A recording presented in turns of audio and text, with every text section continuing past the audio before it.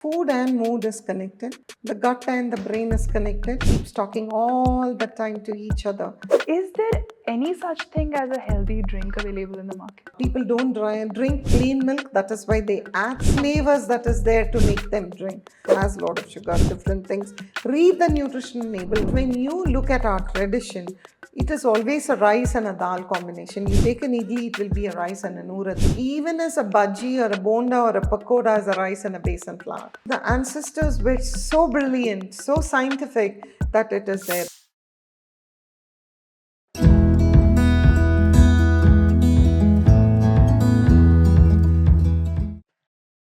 Hello everyone, welcome to the Momcast. Our guest today is a qualified clinical dietitian and wellness nutritionist with over 23 years of experience in her field. She specializes in gut health issues and also helps patients dealing with PCOS, metabolic dysfunctions, and mental health issues. She is also the founder of Aaahra, which is an initiative that specializes in healing with food. Let's welcome today's guest, Sreemathy Venkatraman. Welcome to the Momcast, Sreemathy. Thank you so much, Amrita. Looking forward to this conversation. And we are very happy to have you here. Thank you. So we'll jump straight in Sure. and we'll start with yourself. So let's start with why you became a nutritionist. What drew you to this field of practice? To be honest, just to escape math. So the first thing is when I was doing my 10th, I was a CBSE student and the math was a bit difficult. Yes, I didn't know that math is so important in nutrition also. But in plus one and plus two, I just wanted to do. So I did a science with home science and I loved home science. And so almost from higher secondary, I'm doing home science and nutrition. And after my higher secondary, I really loved the home science. So I took nutrition and dietetics in my undergrad. And I did my master's in diet and health as well as in clinical conditions. So in the US, and so I love nutrition and the way it heals. Food is very interesting and never goes out of fashion. That's absolutely true. Food never goes out of fashion, so true. Yeah. But you mentioned something very interesting that a lot of people, including myself, would not be aware of. You were studying home science, and home science, from there you went into nutrition. So that's a path that people can follow. Yes, so there are pure science like PCMB and other things. So there were, when I was studying, so there was science with home science as a option. And when I took it, I really loved the food and the home science, everything about it, the nutrition. Then I did clinical dietetics and wellness nutrition and food service management because we need to know everything about food to recommend, to follow, to have ideas. And this is how I love nutrition, and I'm practicing for almost 25 years now. Wow. Okay. I was incorrect when I mentioned 23 then. Okay. Yeah.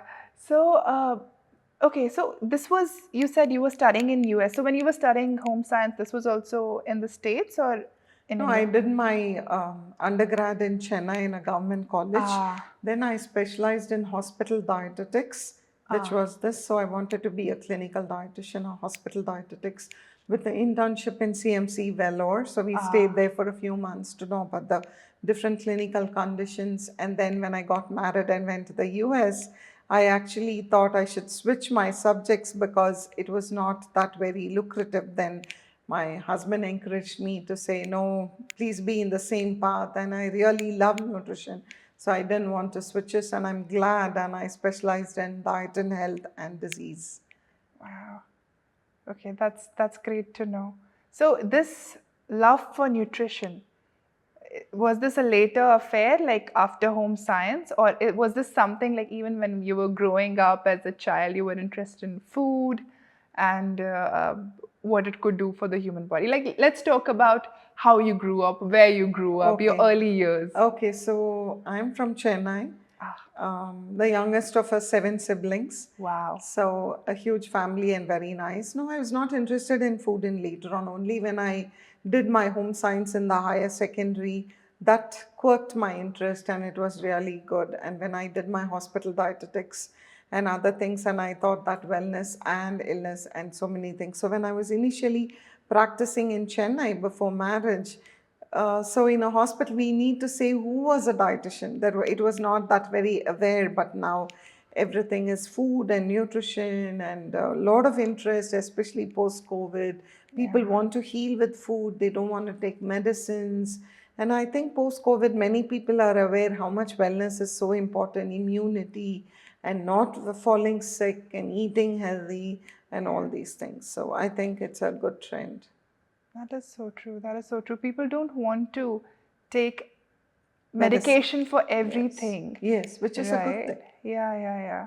And food is it's the fuel of our body. It can't just be there for taste. So And it's sure healing, is. definitely Yes. healing a lot, Amrita, Yeah. I'm telling you. We'll definitely Sure. discuss that further. I want to talk about Mitha Aaahra, which is directly related with your food philosophy. First of all, am I pronouncing it correct now? Yeah. So it is Mitha Aaahra. That Mitha means, Aaahra. yeah, moderate eating. So it is eat to live. So it is Sanskrit, Mitha is moderation. So Mitha Aaahra, which is food. And so moderate eating is very important. So eat to live. This I started 3 years ago during COVID days because I had my clinic in Bangalore and I was in hospital and other things. But then post COVID, during COVID, I had a lot of people asking me what to eat. There's a lot of things about food, immunity. We were talking about zinc and vitamin C. You remember where people wanted to Yes. do, and we were all so confused and other things.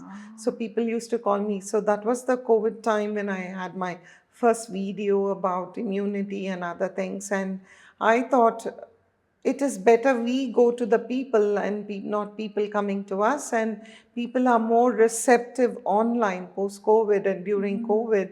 And so from young, like classes were starting and education and schooling, everything was online and people were more comfortable. So now I have clients in 11 countries and all over India. So I'm very glad I started it during COVID. The first 6 months, it was initially a lot of teething issues and everything, but I was very glad I started it during that time. And Mitha Aaahra is 3-year-old baby now and hoping to grow with health and wellness. Congratulations on your Thank you baby. so much. Yeah, you do have a huge online presence, and clearly nutrition has come a long way.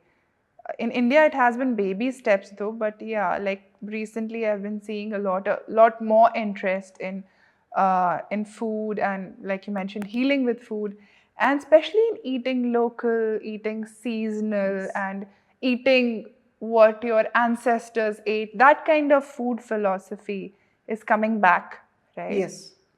So let's talk about what does a nutritious diet look like, right? Especially for an average adult Indian. What would a plate of nutritious food look like? So, a nutritious plate, the recently dietary guidelines for Indians was released 2 days ago by ICMR and the National Institute of Nutrition. So, ideally, as qualified dietitians and wellness nutritionists, everyone will always look for a balanced plate. So it is important not to go for food fads or anything, but make sure your plate is completely balanced. Half your plate should be vegetables in different colors. The more colorful it is, the better. 1/4 of your plate should be your carbs, which is your cereals, or nutri cereals, which is your millets, and 1/4 of your plate should be protein, which is basically dals, legumes, eggs, fish, whatever it may be. So, depending upon your habits, food habits, which you've grown through, and definitely dairy, which is your milk, your buttermilk, your curd. So, there is a lot of things which we used to eat like that. In India, which is such a diverse country, as qualified dietitians and wellness nutritionists, we need to know how people eat. So, even if you take our own state, Karnataka, every 100 miles, in any state, there is a different cuisine, and ours is a very cosmopolitan city. And you can see that it is very nice. That is, diversity is our strength in our country, and it is so nice. So, we need to understand the person sitting in front of us, understand their food habits, and then make it very, very personalized. So the plate should be lots of vegetables, and 1/4 is carbs, and 1/4 is protein with your dairy, which is your curd and yogurt or buttermilk. That vegetables, which is your fiber, vitamins, minerals, antioxidants, phytochemicals. So the main thing, it is a healing plate and it should be a balanced plate. Right, right. These days you hear a lot about, so macronutrients is something a lot of us are now familiar with. Your protein, your carbs, your fats, right? But micronutrients is still something many of us are learning, especially during, you mentioned COVID, everybody was like, you need to have some zinc, you need to have some Yes. magnesium, right? So talk a bit about micronutrients. Which are the micronutrients that we must have on a daily basis, and how do we incorporate it in the food? So micronutrients are basically a lot of vitamins and minerals which is there in the form of from vegetables, whole grains, nuts, oil seed. So all this is sodium, your potassium, your calcium, your magnesium, your vitamin D, everything that comes from the plate, which is lot of fiber and fruits. So nature has made everything in different color. So a brinjal or an eggplant is so purple, and your globe grapes is so maroon, strawberry red, and lycopene, which is tomato. So nature has made every vegetable and fruit in a different color, and each color gives a phytonutrient. So that is what it is, which gives you low. So the micronutrients is so important. So what happens is we eat a lot of refined, so basically a lot of rice. And there is nothing wrong in eating rice, let me be clear, but it should also be balanced with a lot of fiber. So more people don't have enough time to cut their vegetables, cook them, or salads, or whipping up a lot of things for a nuclear family. So the best thing is more like a rice bath or just a colored rice, or which can be whipped up, no harm, but you can incorporate the same vegetable into your greens, your roots and tubers, everything into your one pot meal. It can be a bisibela bath, it can be a veg pulao, it can be a veg biryani, it can be even anything you want can be multicolored, and make sure that you have your vegetables, which is easy and convenient for your life, your work routine. I'm so glad you mentioned that there's nothing wrong in eating rice, because I'm a big rice eater. Yeah, we all Yeah. love rice, don't I? love rice. Yes. Yeah, and India is largely a rice eating country. Of course, there are regions which are roti eating, but the eastern side of India and the southern side of India, we eat a lot of rice. Yeah, so India is basically majority cereal eating country.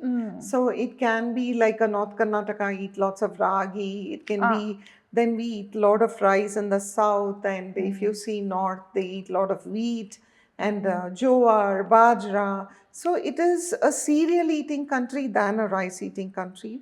Multi cereals are there, and it is for the season. It is for the climate that is there, Rajasthan.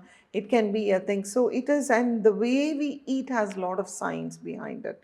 What the ancestors followed, and how we gave as a tradition where the way of eating food is a way of life for us. It is not a fad. Everything is incorporated into it. So like when we eat a ghee with your rice, when we have a certain combinations, it makes it a complete protein. Even as Indians, even whether it's vegetarian, vegan, non-vegetarians, we don't eat non-veg every day of the week. Most of the culture in throughout India, they eat maybe 2 days, 3 days. Yes, the coastal areas will be eating fish, seafood every day, maybe one meal, but not 3 times. So it all depends on where you live, the season, what food habits your ancestors, your family followed. So they know your body. The mom would have taught you, okay, you have a body which is more heat, and then to cool down, or you catch a cold very easily, you have sinus, so everything is incorporated into your life. So major, we are cereal eating country, and it all varies from state to state, and every 100 miles different cuisine, and that I think is our strength. Very well put. Yeah, no, that is so true. I just realized how difficult, or not difficult, but how vast that makes a dietitian's Yes. job, right? You have to, like, India is a huge country, and you're right that every 100 meters the cuisine changes, and to have that kind of a knowledge of people and their food habits in all the different corners of the country would require quite a bit of study, Yeah, right? so I need to understand when I say Mitha Aaahra, it's a personalized nutrition platform. Why it is so is I need to understand you, what makes your body work, what doesn't, why are you so low energy, why are you feeling exhausted at the end of the day, what is your food habit, what are the allergies, intolerance, what are the antibiotics, like did you fall sick very often as a kid, and so many things that needs to be there. So anything you want, just like for example, if you say a weight loss diet or an iron rich food, you can get it in Google.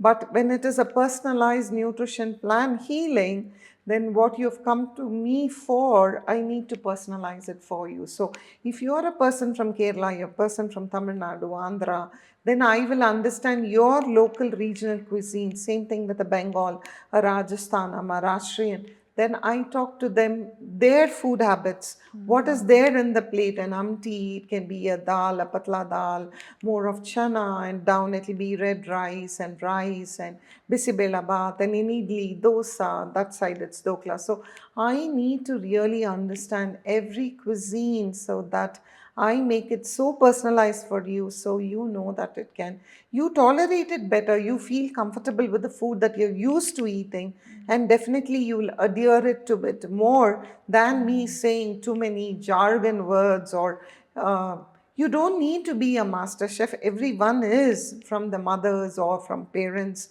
how they do it. The regional food, the festivals, the way we drink beverages, with the way we have a detox water in the morning, the methi, the spices, the herbs, amazing how we have. And sometimes I really learn from my clients some recipes where they also tell me, oh, my mom does it that way. And it was interesting. And when I see the scientific papers, for example, as vegetarians mainly, so I said non-vegetarians also don't do it, don't eat Don't it eat it daily every or day. something like that. So there are a lot of things. A cereal and a pulse combination makes it a complete protein.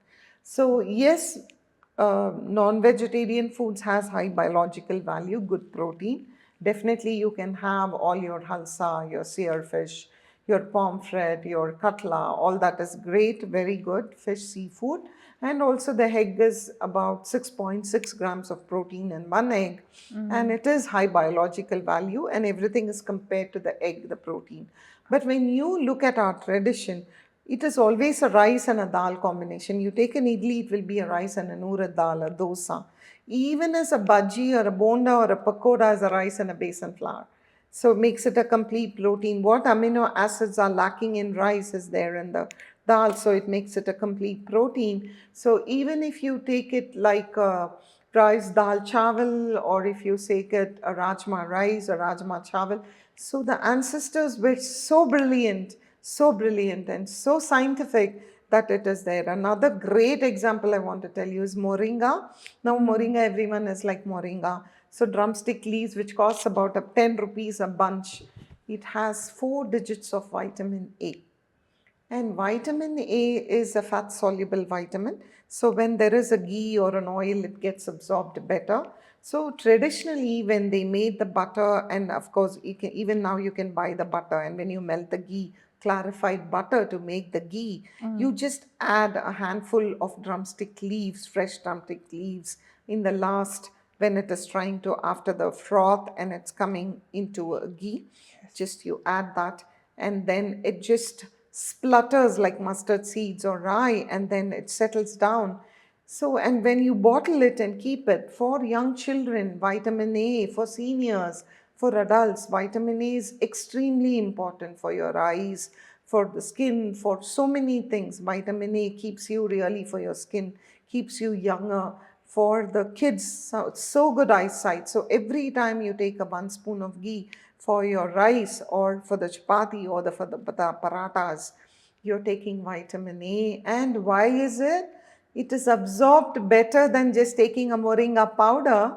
You're doing it really, and it doesn't, it stores for 3 months, and you're every day eating a dose of vitamin A for your child, for yourself, for the seniors. So everything was science in our tradition, and that is really great, I think. Our ancestors were brilliant when they said food is healing, food is a way of life in our country. I'm loving this conversation, and I can already tell my mother is going to love this episode. Only con here is it's going to also make me very hungry, right? And talking about food. But that is fascinating. That is absolutely fascinating. I wanted to talk a little bit about ghee, but you've already talked about it in so much detail because ghee is coming back in fashion. I remember when we were growing up in the 90s and ghee was villainized and everybody stopped eating ghee. That ghee is this bad fat and you shouldn't be eating ghee. That's why Indians are so unhealthy and unfit. And now ghee is back and ghee is sold outside of India in little jars as well, and everybody is talking about how great ghee is. So ghee is also where it stokes our digestive fire, which is very important for digestion. So the West has caught up the last 10 years about gut microbiome, the gut health.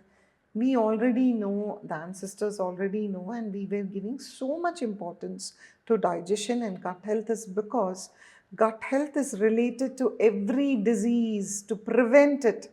So, for example, in Parkinson's, before the first tremor comes, which is showing, 10 years before you can say through the gut dysbiosis, the gut microbiome, that you're prone to Parkinson's. So the gut, the beneficial bacteria that is there in the gut, that which is the gut microbiome, the trillions of beneficial bacteria that resides in our gut is shaped from the time the child, the fetus develops in the womb and how it is born, whether it is natural delivery, whether it is C-section.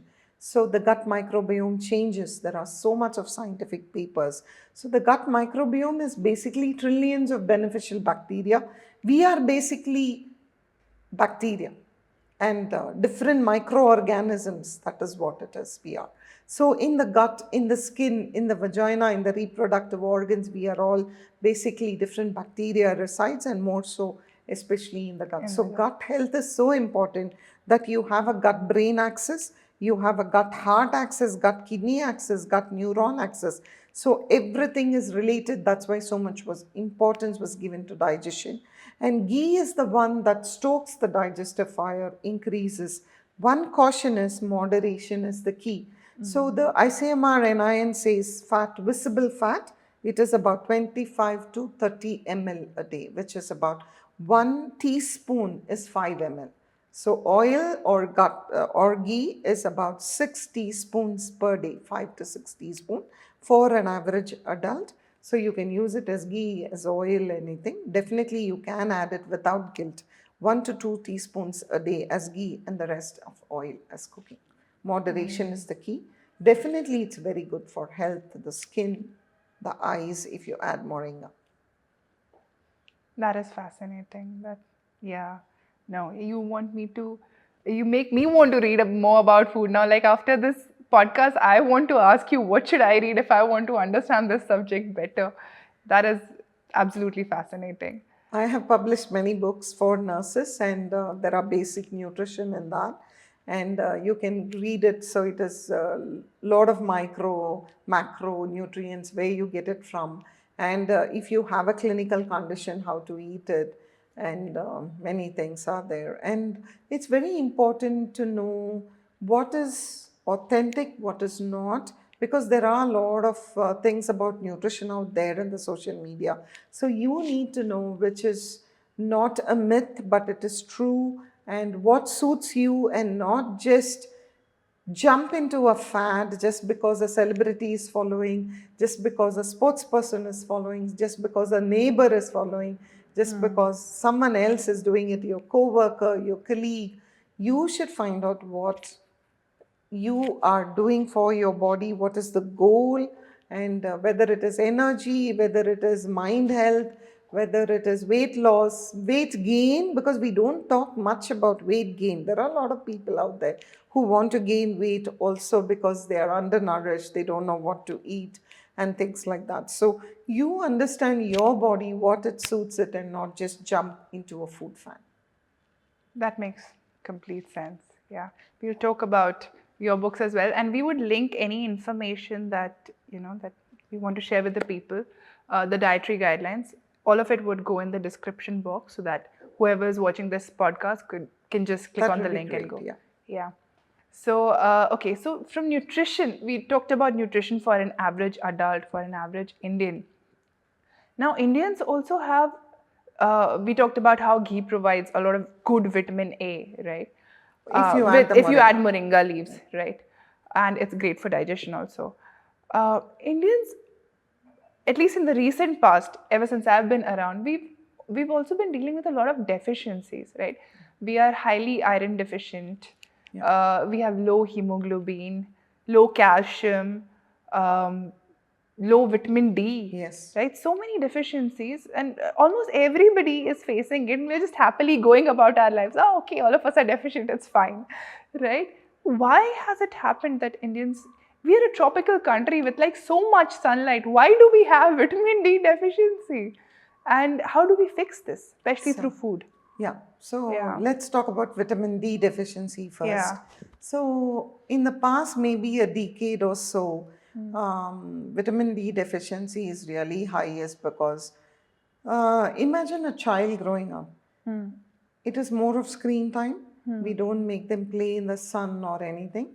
And as adolescent, the fair skin is too much hyped. Why you need to look so? It is we have lovely brown skin, and that is really helps absorb. We don't burn like the West where they have that. We have a skin that really absorbs and don't burn very easily. But at the same time, yes, you do need your sunscreen, but it's not that where you put too much of sunscreen, cover it with a lot of, what do you say, cover it completely because you don't want to get dark. So the skin, the vitamin D doesn't. So if one person can just go for 20 minutes walk early morning about 8 to 9:30 or in the evening at about 4:30 to 5 or something, maybe a sleeveless or just a half sleeve so that the arms are exposed to get the vitamin D. That is one. And we don't allow our children that much to play outside. It's more of games, and we don't blame. The other thing is because we send them to classes even after school, and the PT is not that much comparatively. They need to be more outside in the sun, and they go from one class to other, even for tuition, coaching classes, program classes, and everyone wants to be an IT thing. It's great, but we also need to make sure that they play outside in the sunlight, especially now during the summer vacation where they can do it, or as adolescent or adults also when you're traveling in the bike and other things. Yes, peak sun, we need to put our sunscreen, but that 20-minute, 30-minute walk either in the morning or in the evening will help. Or especially for seniors, you can make them sit near the window or make them gently sit on the terrace or walking in the terrace or nearby inside the apartment. So it's very important. Vitamin D is not just a vitamin, it has a lot of implications for metabolism, where how you burn your food. It is a hormone, and with calcium it gives a lot of bones, teeth, and everything. It is important for us. For the calcium, we just like rice is being, what do you say, bad mouth. Nowadays, milk is also being bad mouth, isn't it? The dairy. So if you are a person who are able to digest the milk, please go ahead and have your milk. So the ICMR NIN says about 300 to 400 ml either as milk or buttermilk. So when we talk about vitamin D deficiency, you need calcium and vitamin D. They are like twin sisters. You need both of them to have good teeth. You have to have good bones and prevent all these osteoporosis and other things. So brittle bones basically. So in every from growing children, where there is rapid spurt of growth for their good bones, you need calcium, you need vitamin D. So you need to make them play outside in the sunshine. Please do not badmouth milk. You need your dairy. Unless you're someone, an adult or an adolescent or a senior citizen, has a lactose intolerant where you cannot digest milk. So check with a qualified dietitian. Why am I going to the loo many times? Or you have too much bloating, but you can also do it in a way. So definitely dairy has to be there. The ICMR and IN also says 300 to 400 ml a day. Milk, buttermilk, yogurt, it's very good for health. You need your calcium, vitamin D. One more thing is, in our country, just like any other country, there is a plus F symbol in our milk. For example, our own government milk, Nandini in Karnataka, there is a plus F symbol. So whenever you see a plus F symbol, that means it's fortified with something. So there is a vitamin D that is added in our milk. So there are certain oils which has vitamin D, there is vitamin A, there is iron added, iron and iodine in our salt. So there are a lot of programs where fortified things are available in our country also. So if you are picking up something, you can look at the vitamin D fortified milk or the plus F symbol, which says it is fortified. So definitely have your dairy. If it suits you, go ahead and not just fall for any fad and things like that. But if your goal is something else where you have lactose intolerance, you cannot digest it at all, yes, there are different types of milk that is available, alternative to the cow's milk or the buffalo milk, and definitely you can use it. But dairy need not be bad mouth. It is very good for your calcium and vitamin D source. Right. And what about iron deficiencies? Yeah. 54%, the National Family Health Survey, the recent one that is published a few years ago, says 54% of the Indian population is anemic. So it's not just the children and especially the vulnerable population, which is our adolescent girls because of puberty, and also the reproductive age women because of pregnancy and lactation anemia. Yes, it is high in this vulnerable population, but overall, gender wise, also men also have, but yes, more in the women.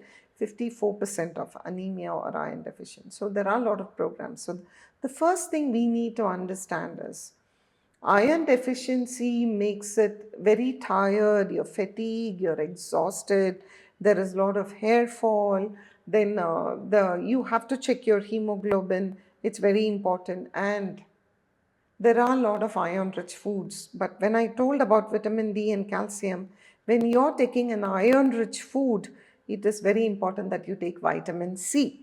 Vitamin C helps you to absorb the iron better. So there are a lot of things. So once let me talk about iron rich foods. Iron rich foods, your spinach, your amaranth, this is the rajgira, the bajra, the whole grains, the unpolished whole grains. Lot of fruits and vegetables, your good or your jaggery, the darker the color, the more iron content is there. So dates, all these are very rich in iron and you can take it. Instead of taking iron supplements, yes, if the doctor is prescribing because it is dangerously low, yes, then you have to take it for the period which they tell you, but yes, it has side effects like constipation and other things. So you can prevent. Prevention is the key. The way you eat healthy is the key. So when you look at an adolescent child or an adolescent girl or anyone or an adult, you're completely fatigued, you're so exhausted by 3 o'clock, 4 o'clock, and things like that. Please incorporate bajra, roti, jowar, good, dates, everything can be incorporated. Vitamin C. Take an orange, take a guava, take your chakota, which is your grapefruit. Everything is amla. Simple things we neglect, we take it for granted and we don't take it. So vitamin C, we look for a 200, 180 rupees a kilo apple and we don't look at 30, 40, 60, 80 rupees an orange or a guava, which is 3 times, 4 times more vitamin C than an orange. A guava and an amla is so good, so rich in vitamin C. So you can pack it as a snack, you can eat it yourself, you can make sure. So one thing I want to say is parents are a role model for their children. How you eat at home, how you're snacking when you're watching a cricket match, how you are watching when you're watching your OTT, what do you eat, what do you snack? You drink from an aerated can or drink aerated drink, you have too much sugary drinks, you don't drink enough water. The more you make it accessible for a growing child, for an adolescent, for a thing, Keep it at the dining table. Go, they munch it on and off just like your chips.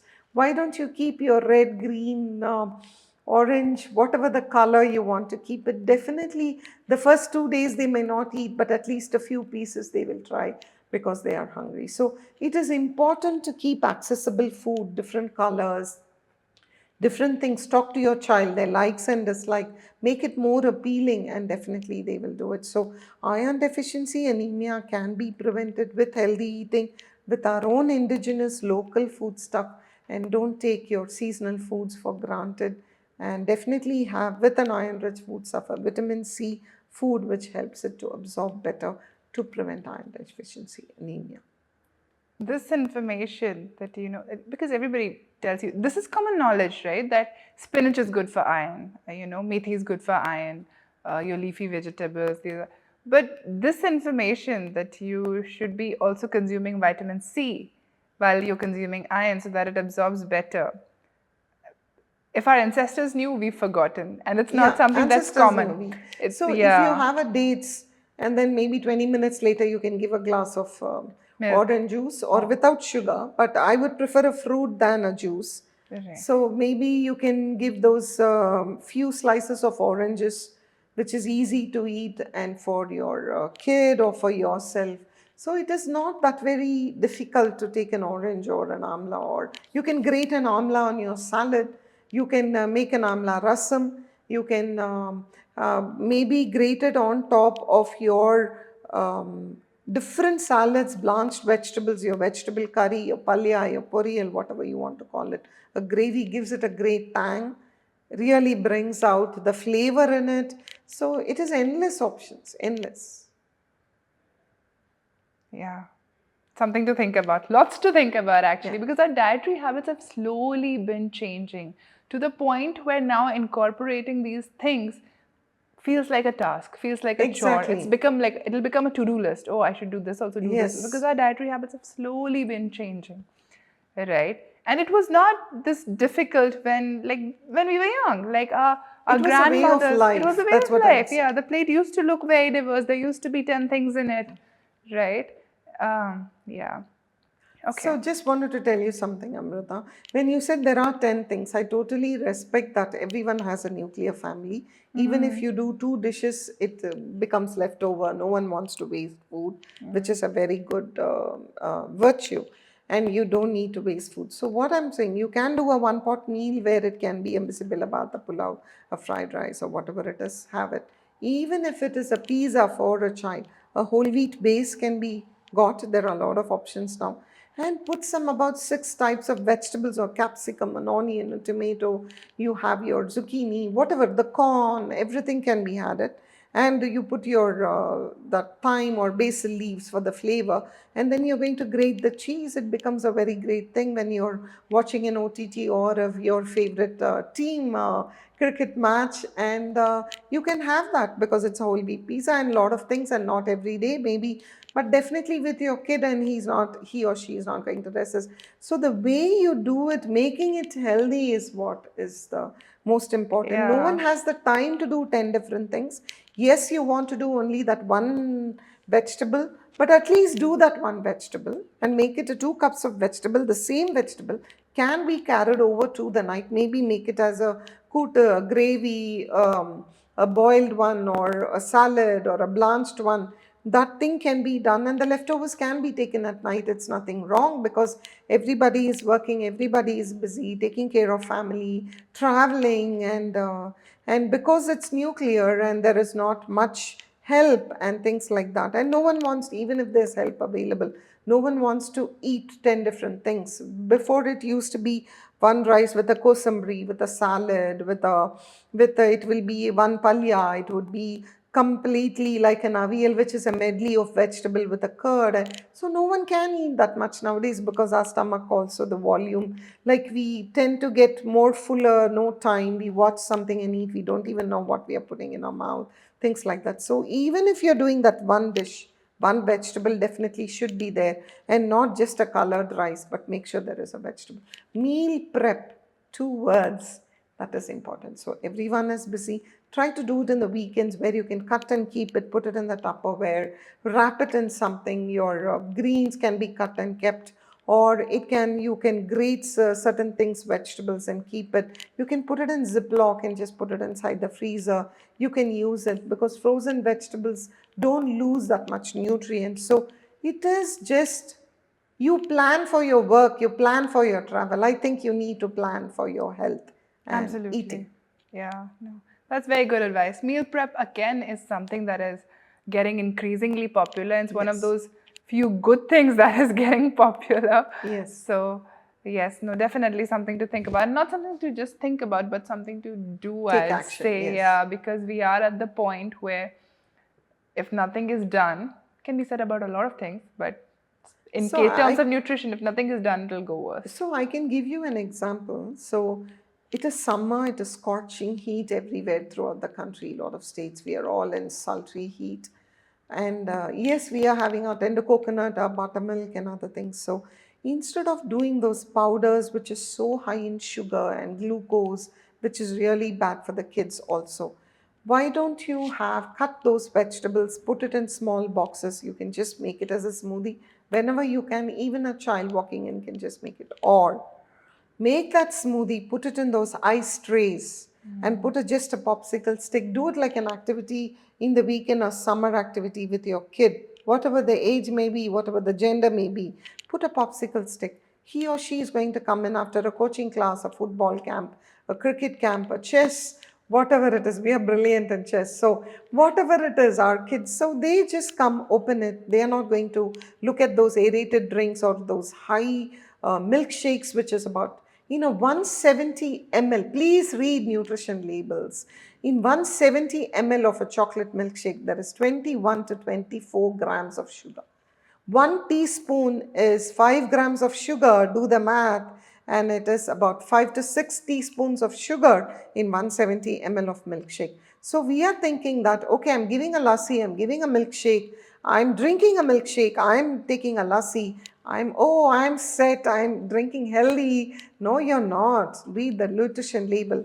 But if you're doing your smoothie, you had a banana, a strawberry, whatever the kid or you like as a person, and you put it in those ice cubes, ice trays, a popsicle stick, great, and it is fiber, phytonutrients, vitamins and minerals, tastes great.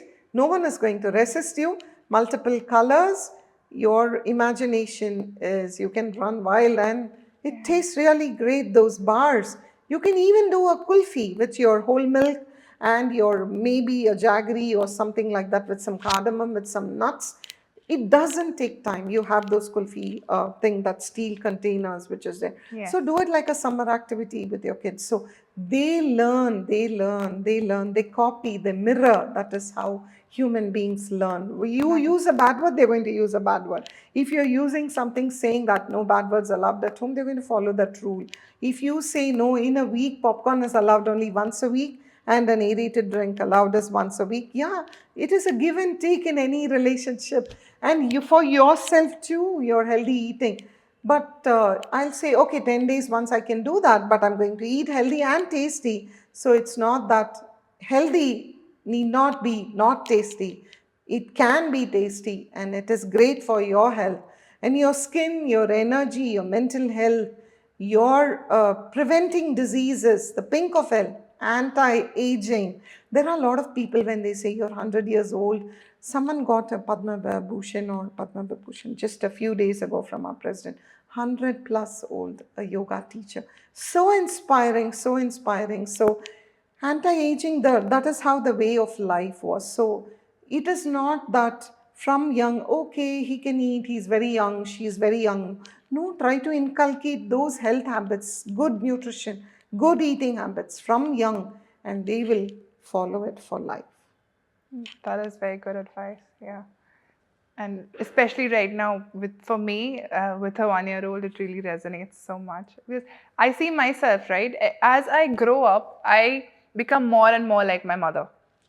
All her habits, I've started mirroring, right? Because that's what I grew up with. Now, I was lucky my mother had great food habits, right? So Yeah, you're absolutely right. Kids do as they see, not, as we say. If you So, preach, they don't do it, but yeah, indirectly they imbibe a lot of things. yeah, Imbibe a lot of things from the parents, from the grandparents, and the accessibility, the way they see it. Oh, this mom is eating something, let me try it from her plate.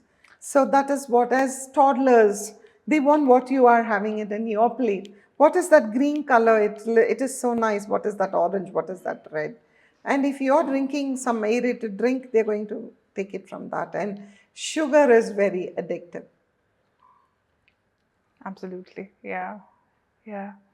On taking that forward, we are talking about children and children's nutrition. Is there any such thing as a healthy drink available in the market? So, yeah, there are a lot of recent controversies where you see health drink, health claims, and other things.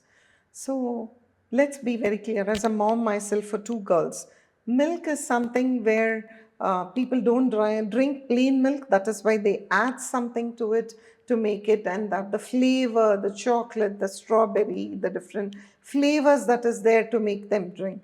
But now, because these health components, which they claim as health drink, has a lot of sugar, different things. Read the nutrition label. Not all of them are like that. But there are certain things you can add a little bit of chocolate syrup. Cocoa powder. Cocoa powder is great. Chocolate syrup may have a lot of sugar, but cocoa powder is great. You can have that. You can give them in a form where they like it, maybe with jaggery, maybe with little bit of cardamom, saffron. It doesn't take much long for it, and they will acquire a taste for it. You have lot of these porridge mixes with lot of millets and pulses mix which is available. Maybe so they will make a kanji or a porridge which is there. So they will acquire a taste, maybe add a flavoring to it, a small of vanilla pod or like I said, a cocoa powder or something like that. So a health drink, please look at the nutrition label. There should not be any added sugars. So you can make it at home, I'm sure, but there are a lot of cereal pulse mix which is available for the porridge also, and that can be tried. Reading the label is key. It's a Yes. habit that we all need to So develop. added sugars should be avoided at all costs. Yeah, absolutely. So going from children to adults again, and especially to women, right? Women have different needs than men in many cases. For one, we seem to face a lot of hormonal challenges, more hormonal challenges than men do. Our hormones fluctuate much more A often. lot, yes. We also seem to require more body fat because of pregnancies. Reproductive age, yes. Yes. So, does a woman's nutrition need to be different from that of a man's? So let's see, everything, both of them should have a balanced diet.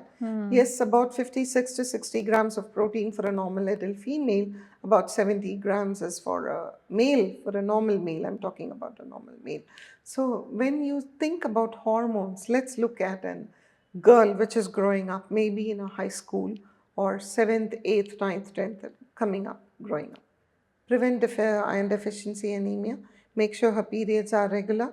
The more body fat she's going to put. So it's not that they don't want to have healthy food. The lifestyle which we try to put them in a coaching class, the morning to evening, the school, the stress, the amount of things that they have to complete, the assignments and everything. And also when they come home, they just go to a coaching class till night 8 or 9. They are there because we do put them in different classes from about third grade or fourth grade. I'm talking about a girl. So what happens is they tend to take a lot of empty calories inside. Empty calories is high fat, high salt, high sugar, because it's convenient. Just take a 10 rupees chips packet, um, um, 15 rupees a cookie, a biscuit, protein bar. I'm not saying a protein bar can also have a lot of added sugar.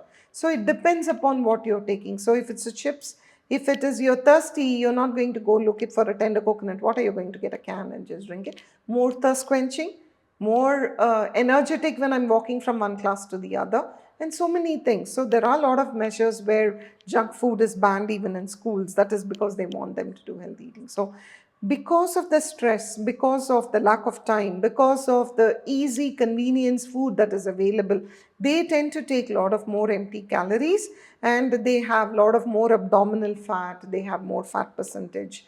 That disrupts the hormone. So Yeah. when the adolescent girl is growing up, she has a tendency to have more empty calories, stress, and other things, late nights, sleep disturbances because of the commitments towards studies. Definitely, it should be there, but we can give healthy options. So, the insulin resistance goes up, her periods is disturbed, and that is how also there is a lot of disruption in the hormonal balance. So, when there is empty calories, more fat, insulin resistance goes up. What do you mean by insulin resistance?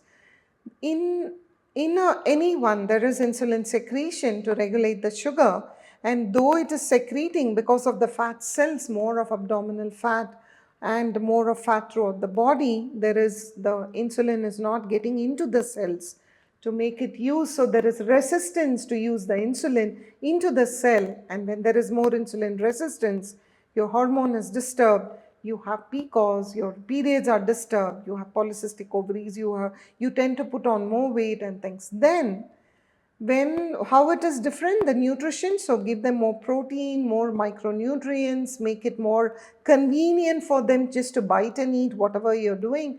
They respect their likes and dislikes, their stress, their routine, and try to give them a balanced diet.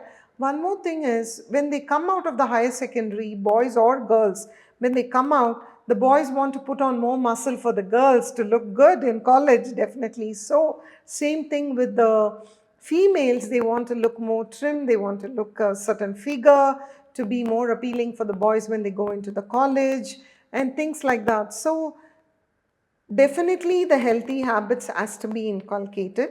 Prevent iron deficiency anemia. Make sure they don't put on too much weight. Maybe encourage them to exercise 20 minutes, or put their audio thing if they are going to, they can't take a break from studies, but encourage them to take a break from studies for 10 minutes every hour or 5 minutes, and then try to handhold them, try to encourage them, and not be criticizing them that you're not eating healthy at all, you try to do this. So this is important, how the life cycle, what they are going through for women when they put on more fat, insulin resistance increases for everything, but their hormone is completely disrupted, and that is how they go into polycystic ovary. So when you put on weight and your hormone is disrupted, the periods are not regular, you tend to put on more weight. So it becomes a vicious cycle. Right. So we are talking about how female hormones is different, how women's nutrition is different because of the hormonal health. So we have to prevent, because we have to not make the adolescent girl put on more weight by empty calories, give them a balanced diet, more protein, more fiber, more vegetables and fruits, nuts and oil seeds, everything. Same thing go to the reproductive age, where a married woman is trying to get pregnant, conception, she has to make sure she's in ideal weight or not overweight. And she has to check her hemoglobin so that she doesn't have iron deficiency anemia. And she has to check her sugars, her thyroid levels, and also make sure her blood pressure is good. So when a couple is trying to conceive, it has to be, make sure that you go to the gynec, you talk to them about, yes, you're planning a baby next 1 year or so, and they will guide you, because prevent anemia, not be overweight, check your blood pressure, the thyroid, and also make sure that you get the correct physical activity, whether it's male or female, but more so for the female, because the fetus has to grow healthy, and you don't need to have an hypertension, which might be a risk for miscarriage and other things in the baby. So what the mother eats is definitely going to affect the fetus for life, for the microbiome. So the way you eat healthy, avoid certain things so that the microbiome or the beneficial bacteria is more so in the kid, normal delivery, so many things. So consult a nutritionist to make sure that you're eating healthy or you're trying to conceive, and you need to not have iron deficiency anemia. You have to take your folic acid supplements, which the gynec will give. Folic acid rich foods, the greens, the spinach, the methi, the whole grains, because by the time the woman realizes she's pregnant, 30 days, 35, 40, 45 days, the neural tubes have started forming. And folic acid deficiency will cause neural tube defects in the fetus. And that is why, even when you're planning a baby, you have to eat folic acid rich foods, take the folic acid supplements, which the gynecologist will give you, and as a couple, have good healthy goals. That is one. So, how women's nutrition is different from an adolescent and expecting women. So we're saying that nutrition for women needs to be different, starting from, or needs to be more, how do I say it needs to be taken care of more, starting from teenage itself, because it impacts them even Yes. later in life, right? Yes. Like for both men and for both boys and girls who are in their adolescence, nutrition is an important thing. But for women, it will impact them more because right from then it will start affect their hormones, their periods, it will cause PCOS, which will then get detected maybe 10, 12 years later when they're trying to get pregnant, and it will affect them till later in life. So the Right. ovulation has the hormone, the ovulation, the periodic, proper, regular, consistent ovulation depends on your nutrition. Right. Not taking empty calories, not having too much body fat, which is what is going to have the insulin resistance. So infertility is so common. It is so rampant nowadays. Is because of the stress for the not healthy nutrition that is happening. More so now, where you think of a gulab jamun and it can be there. You blink it, you zip it, you zap it, whatever you want to do, and it is there within 5 minutes. So the craving, the instant gratification, it is more. Before we used to wait for festivals to have that holige or the poli or the puran poli or the thing. Now it is you want it, it is there within reach in 5 minutes. So instant gratification, the OTTs, the way you snack, the cravings, the impulsivity to snack, the entertainment, and also the accessibility to convenience food has disrupted our health in a long way. Right. So, okay. So, women's nutrition becomes tad bit more important because of this, because in the long run, it's not just affecting them, it's affecting their eggs, it's affecting their fetuses, right? And so, when we talked about infertility, and you talked about nutrition and women having to take folic acid supplements and all of that. Do men also need to take care of their nutrition in a certain way Definitely. when they are trying to become fathers? Yes. So it's not just the women alone. If you want a healthy baby, the men and the women should have good nutrition. Smoking, any tobacco, too much of body fat is going to affect the quality of the sperm. So the infertility is not just the female alone. It is not gender bias. It is also the men. So the quality of the sperm, the motility of the sperm also depend, the number, the count of the sperm also depends upon the male, the way his food habits are, too much of abdominal fat. One thing is men tend to put on more weight in their abdomen, abdominal fat. Women tend to put on more in their hips and abdomen.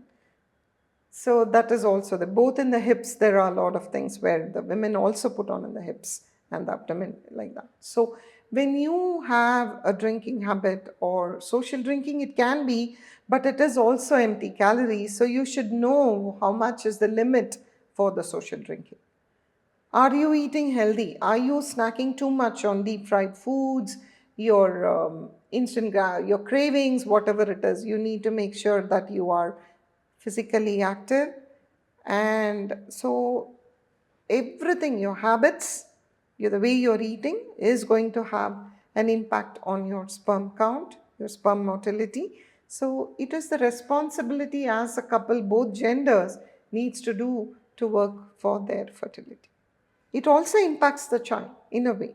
So when a couple is married and they are trying to plan for the baby, I think you have to put your health in order first before you take such a huge responsibility, because it impacts the health of the child. And everyone should have good health, which is what is the wish for every parent, to have a healthy, happy child.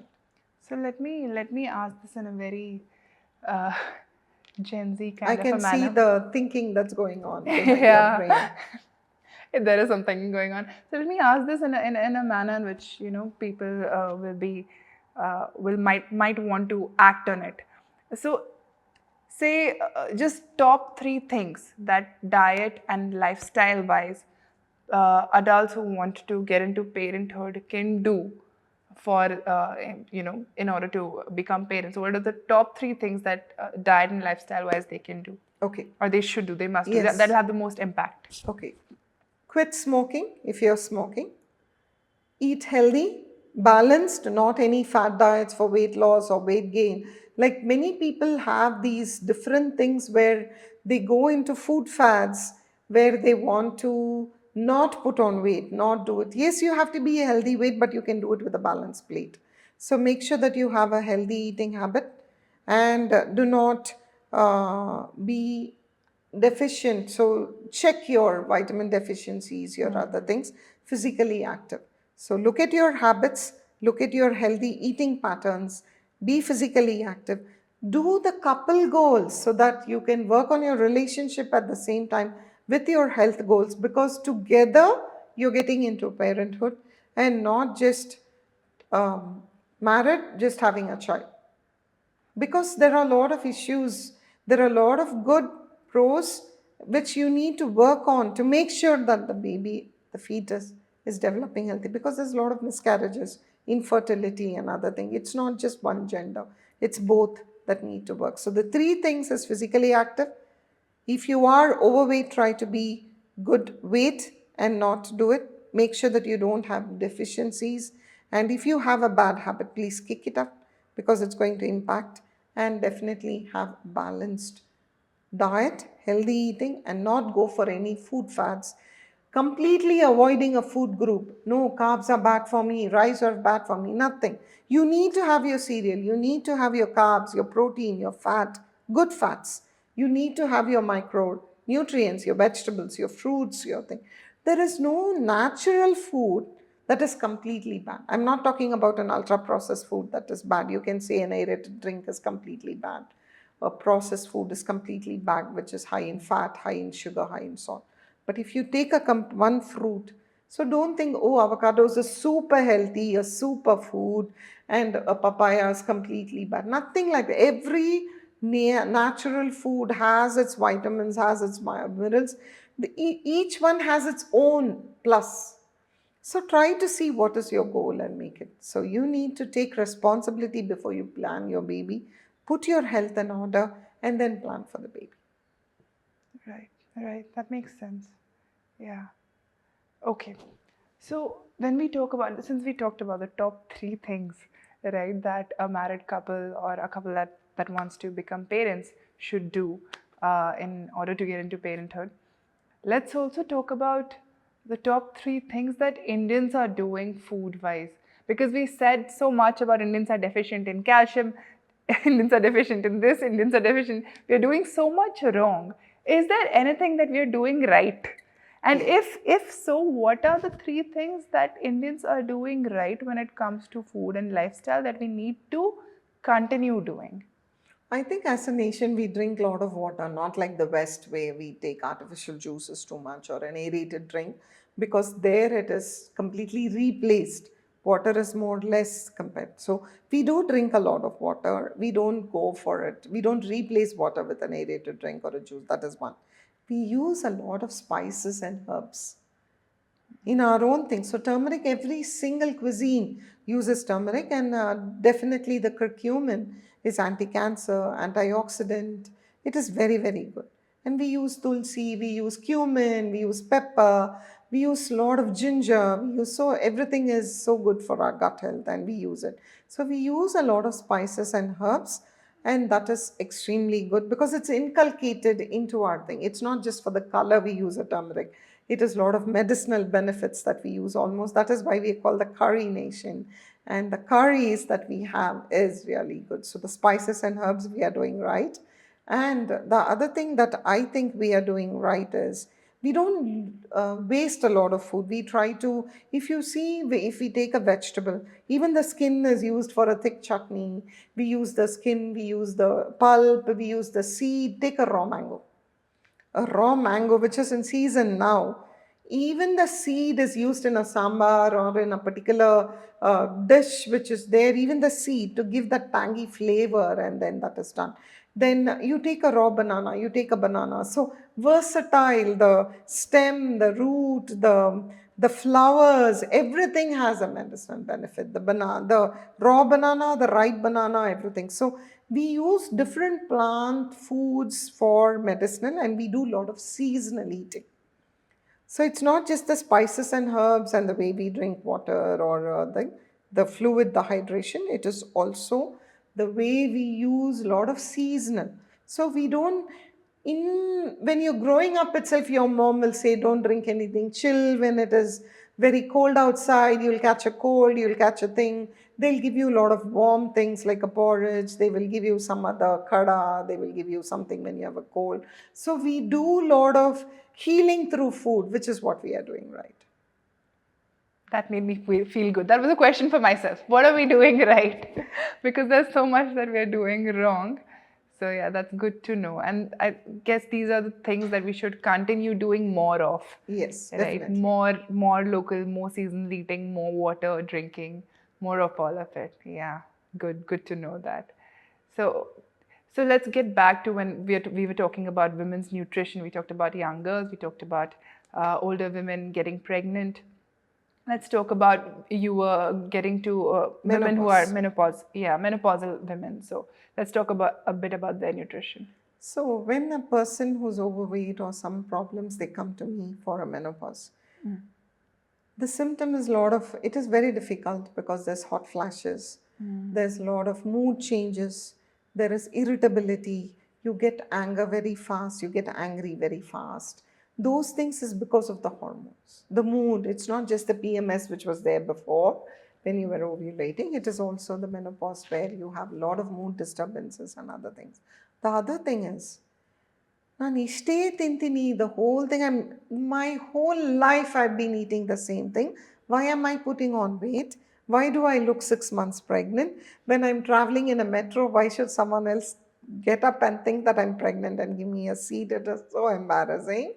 I'm eating the same thing for the past 20 years and I'm in my 50s or whatever the age. Menopause depends upon the mother, grandmothers. Just like when you attain puberty depends upon the women in the family, the menopause also the same approximate ages because how your mom, your grandmom, and Genetic. how they attained at a certain age, menopausal or early menopause. So what am I doing wrong? I'm eating the same thing. So it is the hormone again is impacting your metabolism. So it just doesn't go away. It always impacts us from growing up years to puberty to expectation, lactation, and then menopause. So hormones, the metabolism, the way you burn your food comes down. So you will be eating the same thing, but you'll be putting on more weight. You'll be putting on more abdominal fat. You'll be putting on more weight in the hips. So that is so discouraging because you do want to, everyone wants to look young and active. Your knees start hurting because you put on truncal obesity more on the upper body and your knees hurt. And then by the time, because as women, we put our family first.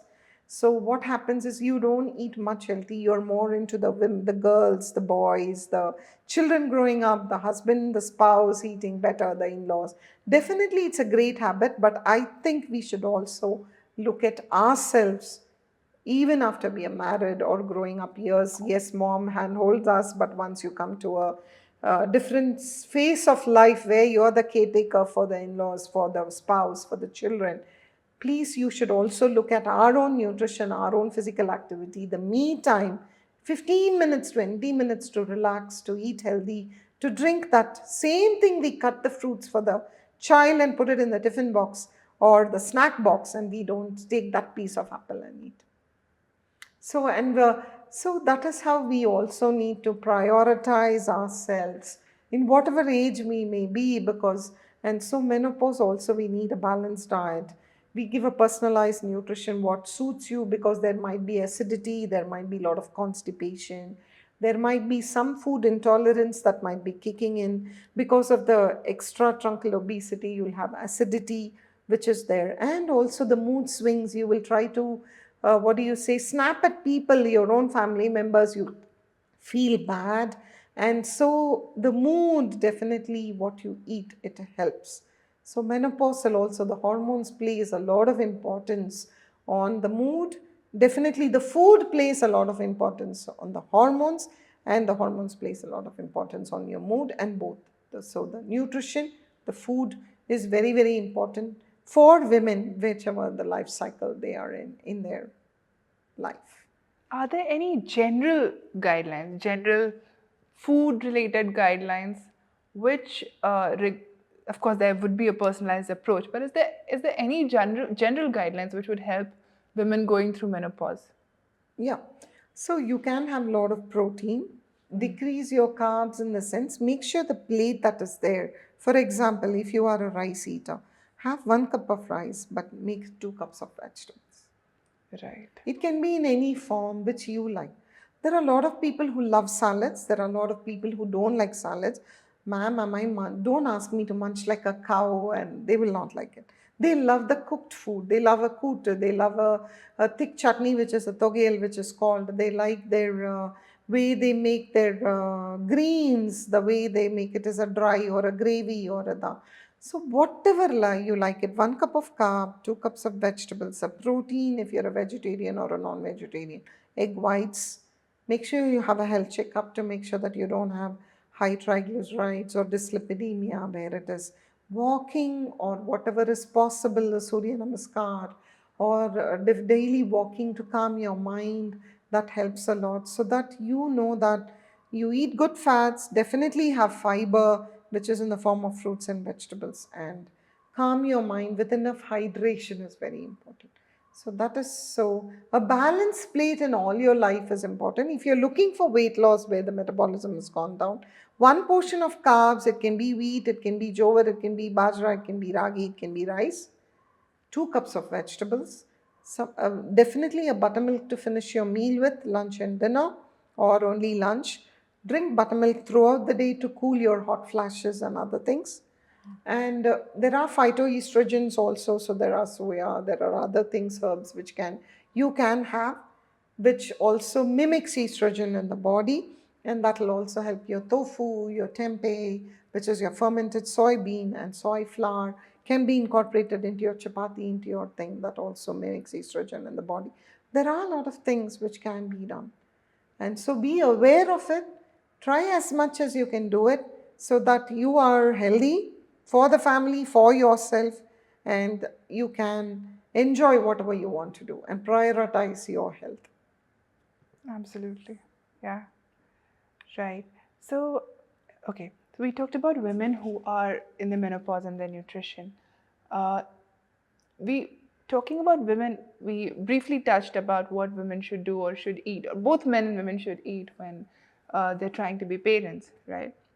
But once a woman has conceived and she is now pregnant, right? What should her nutrition journey be then? And Okay. then, yeah, and then once she's delivered, postpartum recovery is another big thing, right? So, talk about both the phases, like when you are pregnant and then when you've delivered and you're recovering and breastfeeding. What should your diet look like? Because for those 2, 3 years, everything, all your hormones are upside down, right? So, how can food heal you then?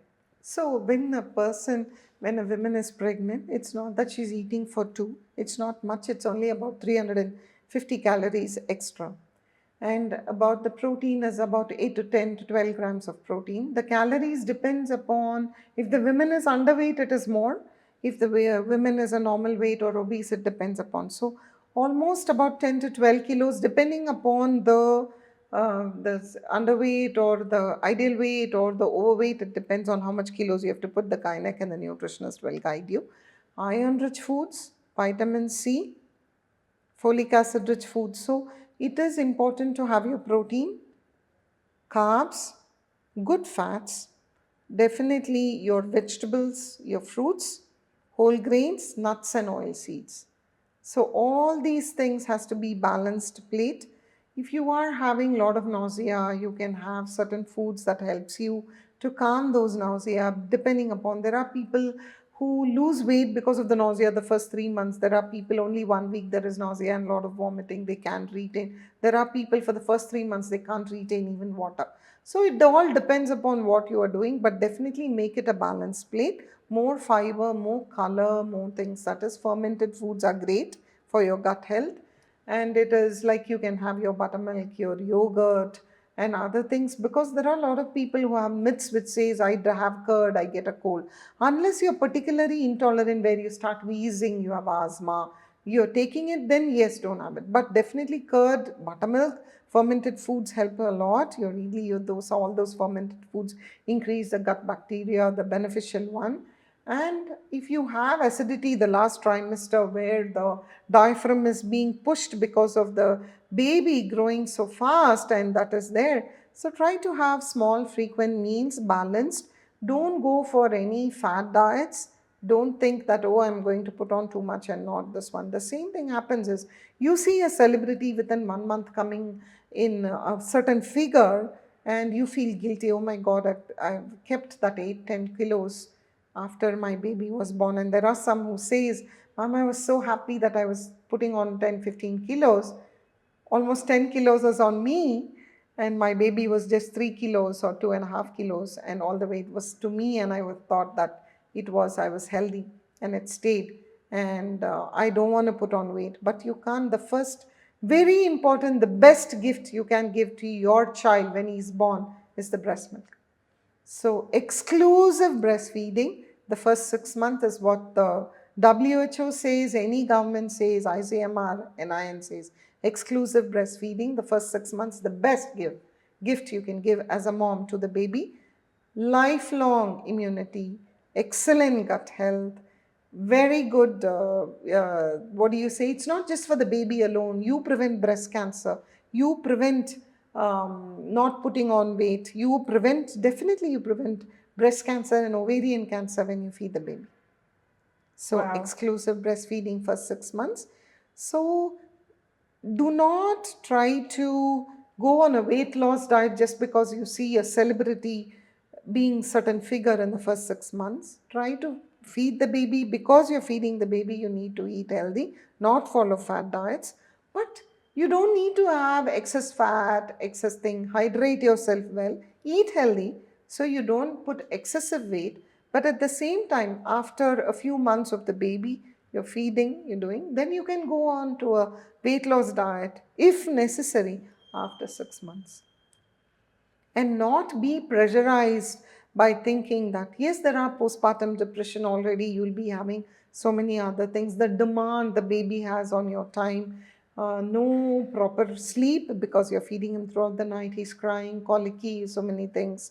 The best support the mother should receive from every family member. And eat healthy, hydrate yourself well so you lactate better, your flow is better, have good food, lot of vegetables, fruits, dairy, lot of hydration, your porridges, your soups, your different things. They give you high protein laddus, which they give you with ghee and other things. Yes, it is good for you. Don't think, oh, my mom is pushing on too much ghee or different things like that. And but follow it 6 months later. Your priority is lactation. Your health is also a priority. So the lactation, balanced diet, enough hydration, because there are a lot of myths where they don't give enough water or hydration for the mother based on the baby. That is a myth. You need to hydrate yourself well, eat enough a balanced diet, and look at weight loss after 6 months or so. But eat healthy, you don't put on weight. It's not that you have to put on weight but don't be pressurized just by looking someone at the screen or an ad where you think, okay, I can become certain figure. Again, any general guidelines, any must-dos? So we know balanced diet definitely is a must. Hydration is key, right? Apart from these, are there any things, any 3 things which pregnant mothers should definitely do when they're pregnant? Yeah. So prenatal checkup, make sure you take your iron and folic acid supplements. That is very important. Go for regular checkups so that your BP is checked. You don't go into preeclampsia and other things. And physical activity. That is very important. A balanced diet, which has already been mentioned many times. Physical activity is very important. As a couple, as a thing, you need to relax, you need to give your health a priority. As a coming where you're going to be a mom, and that is going to take a lot of time. So, you know what the commitment is going to be. And being in a good state of physical, mental health is very important. Right. We are talking about, you just briefly touched upon mental health, and we talked about postpartum depression in women. How can food help with postpartum depression and depression in general? Okay. So food and mood is connected. So the gut is called as the second brain. Why is it called as the little brain or the second brain? Is the gut and the brain is connected. It is like a cell tower and a SIM card. Keeps talking all the time to each other. Messages, signals, you're thirsty, you're full, you're craving, you want a sweet, you want a chips, you want a crunchy, you want so. So the gut and the brain is connected all the time. So if you're going to eat a lot of sugar, a lot of high fat, high salt, I think you have a lot of implications on the mood. You're irritable, you feel guilty, food cannot be your emotional thing, connect. So it should be something in a good emotional connect. So the food, the phytonutrients, the different colors that gives the antioxidants, you feeling light, you feeling full, but at the same time full, light, you eating the correct fiber, the correct antioxidants is going to make you feel positive. It is going to bring you out of your depression. You yourself, why am I feeling so up today? Or, okay, why I feel so light, so positive, something good is going to happen. And there are days when you say, oh my God, I need to finish this project, but I'm procrastinating and I'm unable to do that. I'm unable to focus at all, and I need to write something today and I'm unable to focus. My concentration is so bad, and it is not. So all this, the food, the mood is completely connected. It is definitely how you eat that influences your mood. There are a lot of things where you can come out of the depression. Of course, with depression and anxiety, you need your psychological counseling also, depending upon what. Food plays a very vital role. There are certain vitamins, there are certain minerals, everything through food, not just popping a tablet. Yes, if necessary, but it has a very important connection. The gut and the brain is connected. So the mood is influenced by what you eat. So we are currently in the middle of what many call a sort of mental health crisis almost, right? That almost everyone is dealing with some kind of a 100%. issue, small or big. And of course, when you are dealing with something like that, please have a therapist. But we're saying that food would help to quite a large extent. The right food would help resolve this to quite a large extent. We have had many cases where we have weaned off depression tablets, of course, with the doctor's consult, a psychological consult, where they've been under counseling, and we have also helped them with the food, or just the food alone, where they were feeling down, fatigued, no motivation, no loss of concentration, different things. So we try to set their food habits right, see their vitamin deficiencies, maybe the B12, B6, B9, whatever it is, inculcate a lot of things that makes them feel full, not have cravings. Do you know one thing, Amrita? Your craving is not just your willpower. It is also the way you've eaten. And so, for example, suppose you see an ad and you don't want to have that sugar, or you are looking for weight loss or whatever.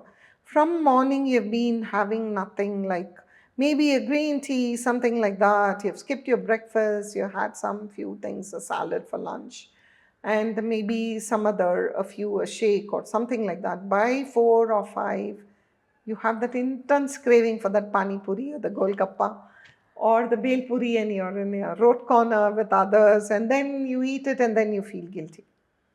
And then, of course, you're so hungry.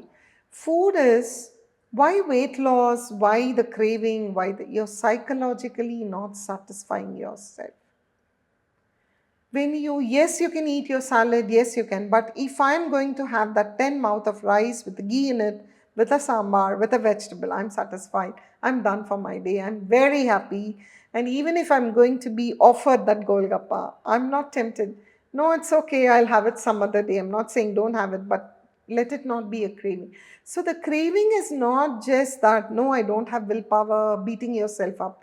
I'm eating it every day. The 5 o'clock, I'm eating a samosa, I'm eating a cake, I'm eating a donut, I'm ordering something immediately so that there is a psychologically satisfy yourself from the morning. You like a hot meal, have it.